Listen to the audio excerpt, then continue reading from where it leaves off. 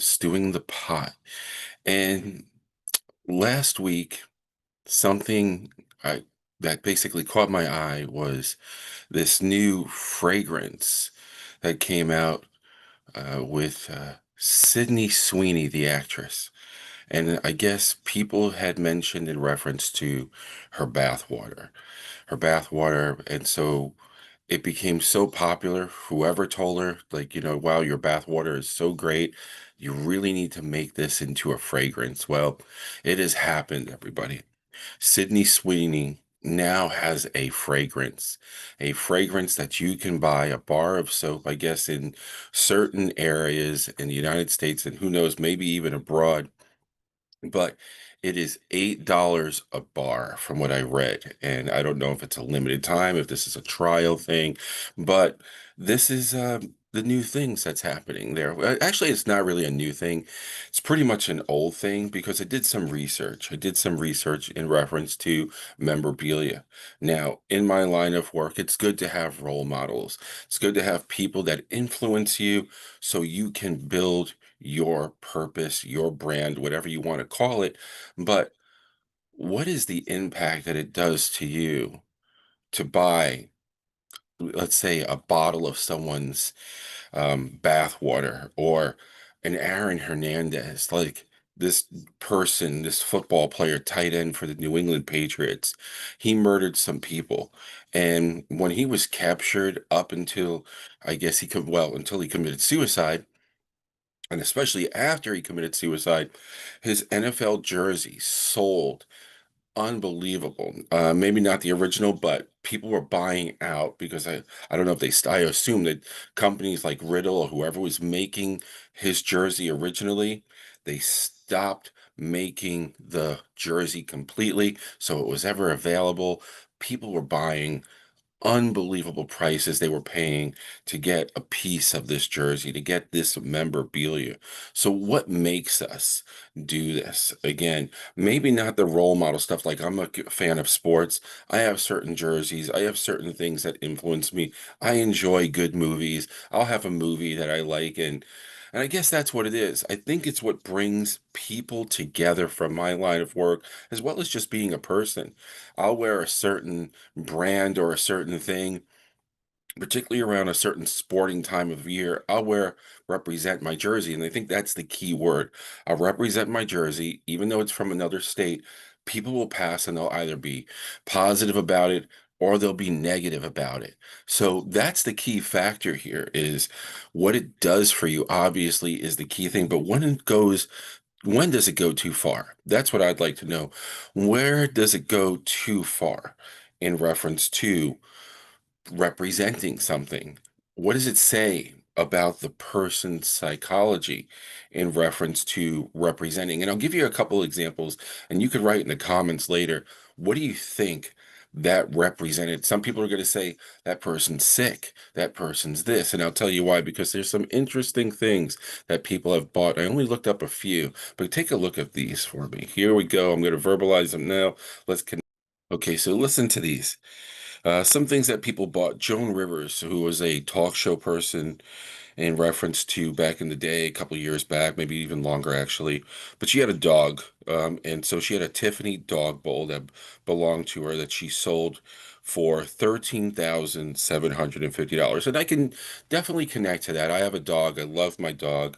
I'll do things for my dog. Okay, a bowl, I could see, especially if you have a connection, if you got that much money to burn, then okay, I'll get that for my dog. What about this one? Russell Crowe. We know him in the movie Gladiator, and he had a jock strap, and this sold as a part of his divorce auction. It fetched, as they used the word, for $7,000. $7,000. Somebody wanted to have Russell Crowe's jockstrap.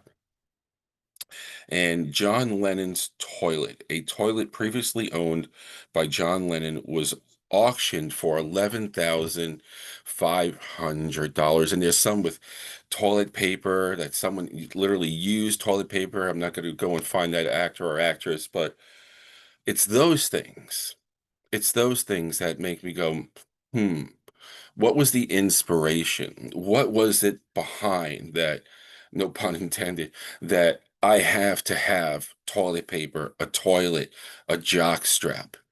In reference to what need are you meeting? What are you connecting to? Are you feeling a sense of like certainty from that? And yeah, I think that's a big part of it, and I'll tell you why.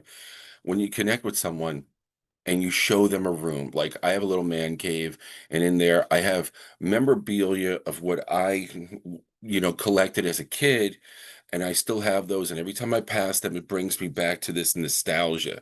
I'm like, oh wow, I remember that when I was 5. I have that when I was 8. So I have all these things, or I'll buy on eBay that I don't no longer have. See if someone has it, and I've done this many of times, and I bought something, and it makes me feel good. Okay, but what makes you feel a certain way when someone says, "Hey, I'm going to show you something"? What's that? Oh, is that why are you showing me your old football jockstrap? Well, that's not actually my football jockstrap. Oh, well, whose is it and why do you have it? Well, that's Russell Crowe's. That's Russell Crowe's jockstrap. I paid, all this money to have it. What are you thinking then? Like, wow, why would you have that? I'm sure I know if I was in a position like that, I would say, wow, what made you get that? Well, would you lie? Would you say, well, you know, I wanted something, and that was all they had left, so I got that, and now it's my talking piece. "Hey, guys, come see this, come see that. Look at what I just bought. I bought this Russell Crowe jockstrap," or, "I bought this John Lennon toilet." So you get the meaning behind it. Why do we do what we do? Why do we buy a jersey of a killer? You know? And it goes through again, well, why do people like horror movies?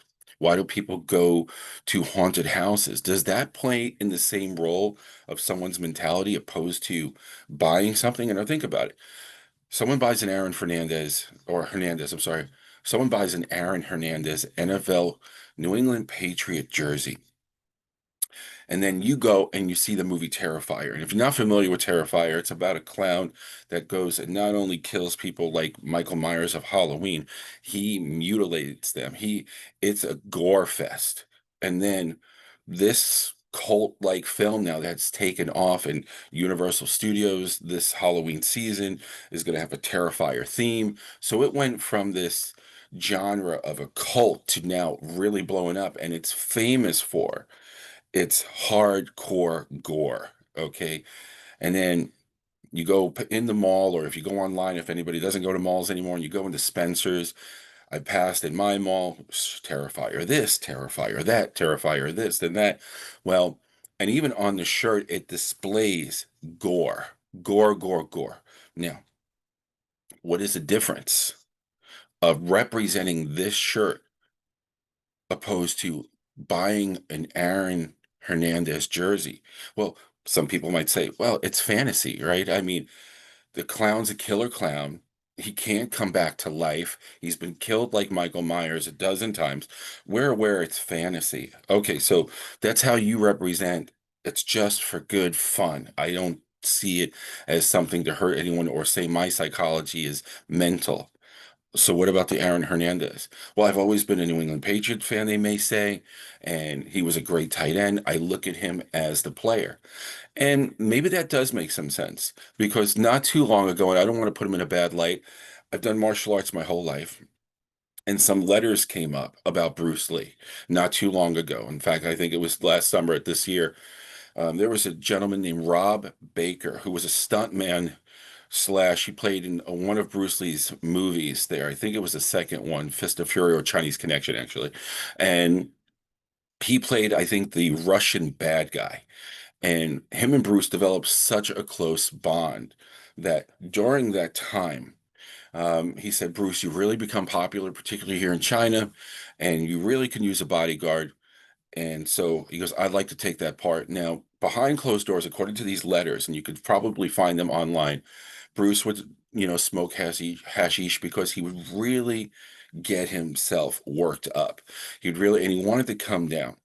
So, I mean, look at today. You have your CBD, you have, legalized marijuana. So maybe people, well, that's a pretty normal thing. Okay, next level. So Bruce has been passed for a while. I think Robert Baker passed, for a couple years back. His daughter was going through some items of her father's where she found these letters in Bruce's writing. And these letters indicated that Bruce Lee had a cocaine problem. In Bruce Lee's writing, as well as her father's, Bruce would ask, "Hey, get me this," and he had a name for it. I forget. It's in the letters. This special stuff. He would say, "This, give me the magic stuff." And now what comes to terms is that they said, well, that plays a big part of why he had the cerebral edema in reference to misadventure of his brain and him dying at such a young age. I don't know if A has to go through B, B through C. Now we know people have overdosed on cocaine, so maybe that was the case. And the autopsy said Bruce Lee died from misadventure. Maybe they wanted to keep him Mr. Health. But did it change people's thoughts of like, wow, I liked Bruce because he was really clean cut. He believed in his art. He was a fitness expert, a martial artist. At first, that was my thought, being that Bruce Lee guided me to who I wanted to be, Bruce Lee. And I have a lot of his pictures, a lot of his shirts. I represented him. I did his art form. At first, I felt saddened. I felt hurt because he was my role model. And then it was my son who actually brought it to my attention. He said, "Dad, he's human." You know, he had Hollywood. He was telling everybody he was the greatest martial artist ever. He was being challenged left and right. He goes, "I'm not advocating drugs, Dad, but he was a human being at the end of the day." So think about what he's done, Dad, and how he definitely helped model your life in reference to structure, which was what martial arts did. And also, you had a self esteem problem. Your self esteem went up. And he really put some good points. So I enjoyed the man in reference to what he accomplished. And I still do. And that's how I put that on the back burner because what he done in his private life has nothing to do with the legacy that he represents now. So does that get things a pass like a gentleman like Aaron Rodgers? Aaron Rodgers, I'm so sorry, Aaron Hernandez, in reference to, well, he was a great football player, and he was. They had a great 1-2 punch in New England between the two tight ends, him being one of them. And you don't take away from his accomplishments and what Belichick had put together in reference to New England.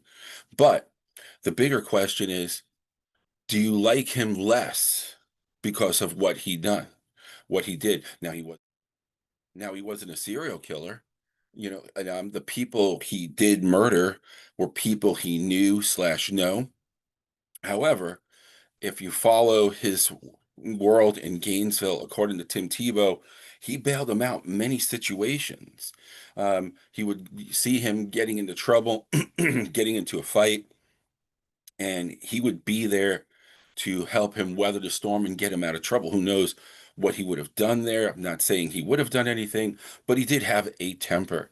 Does this make a person guilty for that crime that he did later? In reference when I say guilty, yes, he is guilty, but meaning in your emotions, if you like them as a player, do you give him a pass because nobody knows what those people did to him in reference to make him go that extra mile, or, well, everybody knows that he had a temper problem. Does that give him a pass in reference to you buying his jersey, you liking him and still representing him? This is what I'm stewing the pot with. This is what I'm connecting with. I want to see what you think in reference to, like I said, with Bruce Lee. I was hurt. I was hurt at first, and now I accept that he is a man. Now, he didn't kill anybody, he didn't hurt anybody. Aaron Rodgers, I keep doing that, by the way, I'm sorry. Aaron Hernandez, he did do some crimes. So, other areas in reference to someone that you like doesn't have to be a movie star. Why is it this? Here's my biggest question. Okay, I'm going to buy this person's jersey. I'm going to represent Bruce Lee. People you don't know, but I don't believe in drugs, especially the caliber of drugs he did. I understand some people will smoke pot, do hashish, whatever it is to bring them down, CBDs. Okay, helps with cancer, things of that nature. Cocaine, I was like, wow, that's a really big deal. Like I said, I'm over it now. I still represent Bruce Lee for the person.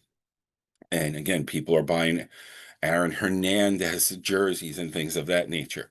Okay, so here's my biggest question.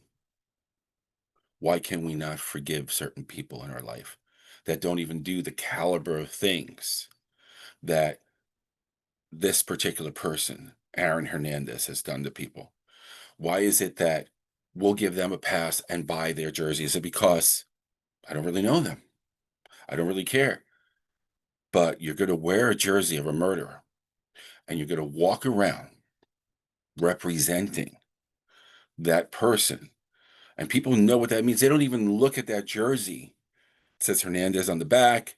They don't even look at that jersey and say, wow, yeah, do you remember game blah, blah, blah with the Raiders when he caught 3 touchdowns or whatever? No, they just see that number and they go, you're wearing a jersey of a murderer, man. Or Guns N' Roses. We love their music. I play the drums on occasion and I'll play Sweet Child O' Mine. I'll do the drums in the background, playing it, not with the band, but you know what I mean, playing along. Well, they came out with a shirt years ago after the band visited when he was alive, Charles Manson. And then they made a shirt representing, it was a full headshot shirt with the swastika or, you know, on his forehead or in between his forehead here, right between the bridge of the nose and the forehead.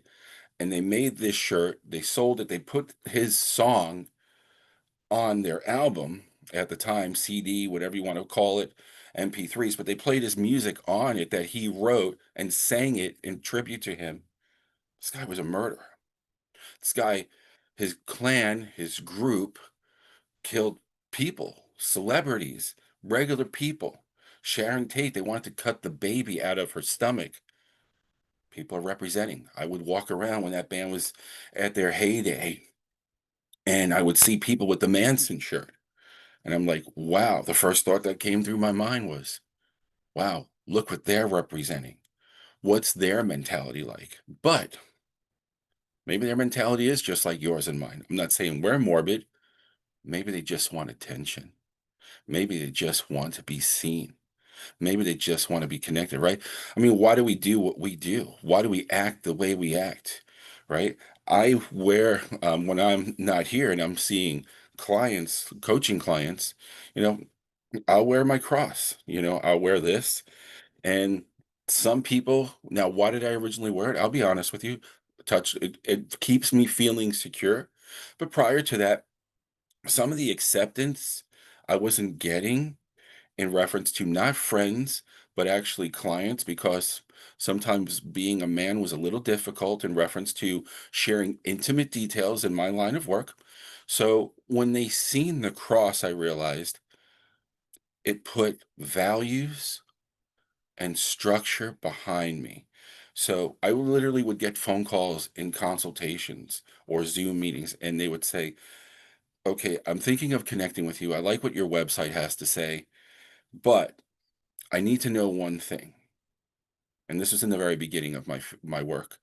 I need to know what your faith is, what your belief system is. And I was like, what does that have to do with the price of milk? And I would get a little agitated. I was in the very beginning. I didn't realize, like, you know, these are some of the questions. I was very young in it, and I go, we're here about you. I'm not here to share my personal life. This isn't really that personal, believe it or not. You're not going into detail why your faith is that, how you were raised, this, that. It's just a way to ease people's guards because they're about to share intimate things. And I would literally have people go, goodbye, click, you know, or do you deal with LGBTQ, you know, and how do you feel about that? Do you specifically have a certain protocol or program working with, you know, these type of people? And I go, I work with all people. Click. So you had to basically form yourself in a way that makes people comfortable. But of course, the cross itself makes me feel safe and structured. But there was originally a cause that helped me represent that more. So, going back to the work we're talking about, representation. Why do we do it? Well, it does come down to our 6 human needs. We feel a sense of certainty. By wearing a jersey of a murderer or wearing the Terrifier? Are you wearing your cross? Well, yeah, by having certainty, people are going to notice me. And that's going to give me a framework of stability, whether it's good or bad. People are going to notice you, right? You're getting attention. Think about it like this. Mom's in the kitchen. She's got her baby in the high chair. She gives the baby a bowl of Cheerios. The baby starts throwing the Cheerios on the floor. Mom's trying to get some work done and still observe the baby, but this keeps the baby safe so mom doesn't have to worry. But the baby keeps throwing the cereal on the floor. Mom keeps picking it up or giving a new bowl and saying, now don't throw this. Don't. It became a game because the baby has now become to find a thought pattern of this is going to get me attention. Even though the baby knows emotions, the baby knows feelings. Stop that. No. Baby makes it into a game because the baby is reaching value or need, I should say, human need number one, a sense of security, a sense of stability. I am being noticed, which now gave the baby human need number two, which also with us, what we wear, what we represent. We're getting variety, whether you like it or not. People are responding. How could you wear that? Oh my God, you're sick. I mean, there was a show called The Dukes of Hazzard and also a movie with Johnny Knoxville. And on top of the car, they got the Confederate flag. And now the Confederate flag, you don't see. Remember I go, remember that show? I went into a store where they sell toys and models, and I said, I used to love as a kid the show The Dukes of Hazzard. Do you have the General Lee? The General Lee was a car with the Confederate flag on it and a 01 on each side. And they go, no, nobody's allowed to sell that anymore. And I said, really? Why not? And they said, well, the Confederate flag represents a time where people were becoming slaves, particularly, the black community back then. And I said, wow, you know what? I didn't see it like that. I just seen a race car and I just thought that represented the South. And he did say some of us feel that way, but a lot of us don't. And I said, wow, that was a really good, education. I appreciate it. So again, representation, variety. This person's getting variety, whether good, bad, which takes them to human need number three, value and significance. You know, hey, you don't have to like me, but I'm significant to you. You're going to talk about me to everyone. Anyone that you come up to on that day, and from this point forward, every time, excuse me, you see me, I'm going to trigger that thought. I'm going to connect to you. You're going to see me in a way that's going to piss you off or make you happy, right? You see someone you like, but you're afraid to pull the trigger, no pun intended, and you want to ask that person out. You get those feelings. You feel that sense of, does that person value me? Do they notice me? And that person's looking at you going, I see that person looking at me out of the corner of their eye. I'm significant today. And maybe they'll dress a certain way to keep that value coming, which takes them to the fourth need. Not it's love and connection, but not necessarily love, but definitely connection. Definitely connection in a form that that person now is connecting with you. And with you meeting those four human needs, takes us to the fifth human need, growth. You're like, I'm not growing with this person. I'm not connecting with this person in that way, but you are. Because there'll be a part of you that will say, I bet I see that jerk today. That guy that always wears that jersey and he always wears it on Friday, or up there she goes. She loves that metal band and she's always wearing that twisted stuff. I just know it, right? Or how people see people all the time in reference to you color your hair green on one side, purple on the other, tattoos or earrings everywhere. Again, what's the difference? How do we judge? Takes us right. So you're growing. You're growing by because you start to look for that person. And by that point, you might even contribute. You might say, okay, see them at lunch. They might work where you do, or you just pass and you'll listen. They'll contribute to your everyday. A good movie was um, Howard Stern, Private Parts. And one of the things were when they were trying to get him fired, but his ratings were too high. And the general music manager of NBC, which is who he worked for, wanted them out. And he goes, oh, is this the day? Are we going to be able to get rid of him and break his contract because he's not getting enough listeners? He goes, I wish I could tell you that. Well, his listeners, I mean, shouldn't he be down? And he goes, he's doing all these things on. He goes, yeah, his regular listeners are there, and some have dropped off, but it's the people that hate him that are listening. He goes, "That makes no sense." He's talking to one of his representatives. He goes, "Why? Why are they still there if they hate him?" He goes, "This makes no sense." And he goes, "Because they're curious to hear what he has to say next. And that's why they keep tuning in. Because we're conditioned, by the way. So now this person contributes to, you actually will look for them because we get from seeing these things, from acting on them. The more we see them, the more you can call it brainwashed, you could call it programmed, and you can call it conditioned because that's exactly what's happening. Every time you see these things and you can't let it go, and you tell your mind it means more than it really should, you're getting conditioned every day. So when you see the toilet papers or the toilets of John Lennon, and you've seen, and you're a Beatles fan, this, I want a taste of the pie. I hate to say it like that, or a piece of the pie, or Aaron Hernandez. Now, I knew people that said, yeah, I'm going to get the jersey. Why? That thing's going to be worth a lot. I'm like, wow, that's going to be, why do you say that? This guy killed. And now you can't get that jersey anywhere, they would tell me. So, you know how many people are going to want that? And you know what? They're not wrong. And I'll tell you why. There's a place in Tennessee, in Pigeon Forge, called East Coast Alcatraz. Now, this place is basically, it's a model replica to look on the outside like Alcatraz.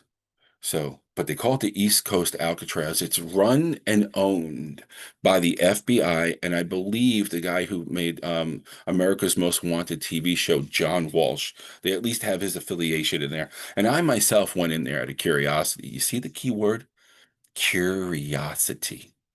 I knew it was going to be in there. The most darkest stuff that's happened, particularly in our country, is going to be in there. So I said, I'm going to go check this out.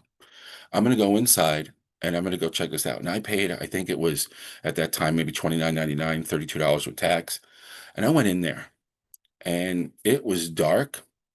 And I found myself staring at things and just intrigued, but blown away. Like, wow, this is the actual crime suit of John Wayne Gacy. They had his clown suits of what he would wear before he created one of the most heinous crimes in this country. And then they had, unfortunately, the dog leashes of Michael Vick and what he did to those poor dogs. And then they had the bomb apparatus of what this pizza driver was locked up. And then, well, you get the point. So again, here we go.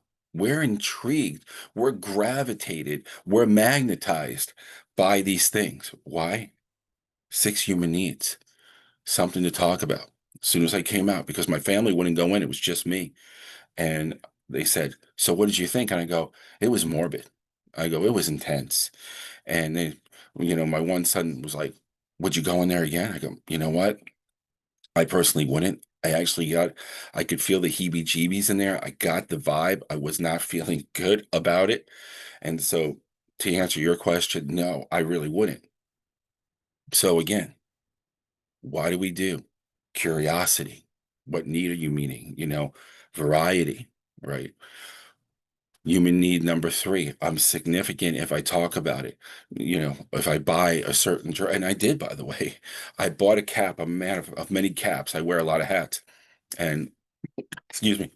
And I did buy the East Coast Alcatraz hat. Now, I don't wear it, but I have it in my man cave in my little memorabilia box. And what do you think that represents? What do you think it's going to trigger for every time I see it? All the morbid stuff in there. Does that make me uh, a bad person, a crazy person? Because, well, Aaron, Hernandez, he bought his jersey. So no, I'd say, because I like to believe I'm a normal person. I was intrigued, but look at also how I am justifying why I bought the hat. Well, I wanted a souvenir. Now, there's no morbid. It just literally says East Coast Alcatraz, but still, it's a representation. Now, the money they're going to say goes to the FBI and is going to help catch bad people. If I wanted to really justify it and, put more memorabilia of people that they caught in there. But how would it justify? Does this make me a bad person? Does this make the people that purchase things that seem weird bad people? I think there's more to tell when you do see someone that's interesting, is the word I'd like to use. Okay, I think you could see other patterns. If you met someone and you thought they were great, I know a business person, very great in business, wonderful family person. Okay, he has the Grim Reaper all over his back. Now, whatever that represents, I said to myself, well, the good news is it's behind him. He's not really going to see it if it did represent some triggers, but it doesn't make him a bad person. He's actually a great, great friend of mine. So, again, doesn't necessarily mean that person's a bad person. They find value. They find significance. Now, does that mean like, someone should go out there and buy the bath soap fragrance of Sidney Sweeney? I mean, I'm sure the soap companies are going to make it smell bubbly so you can come back. I can't imagine that bath water really is going to smell wonderful, but who knows what people are into? Does it make them a bad person? So that's what this is coming down to, breaking down the science, who we are. I think there's other things to look for when you do see traits that make someone an interesting person.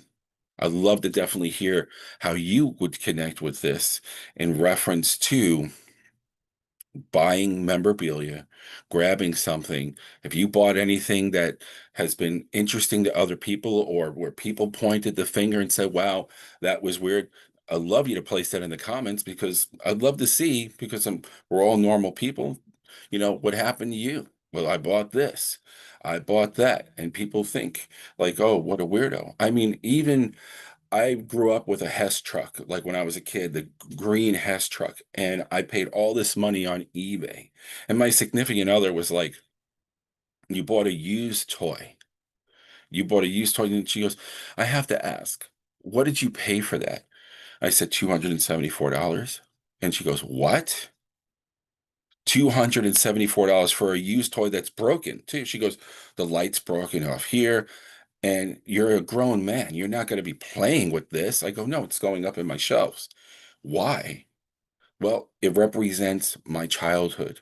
You can't buy that anymore. So look at how I'm also representing it. So look at how I'm representing it. I'm defending it. Interesting, right? I'm defending the toy that I wanted to have. So she was like, "Wow, I can't see you. Why would you spend that?" And I said, "Well, why did you spend $500 on this purse? Or why did you send a donation to a stranger because of a show you watched at night and then an infomercial came on?" There was value, there was meaning there. And I didn't judge you, I didn't say anything to you. It's because this is something I believed in because I wanted to capture a connection of my youth. I said, "What made you spend $500 to help?" Well, I'm helping people. And what makes you want to save one or whatever that money is going to do? What is that giving you? You're getting an emotion, you're getting a feeling. And where did that come from? Did something happen in youth where maybe your family struggled and you wish someone would have done that for you?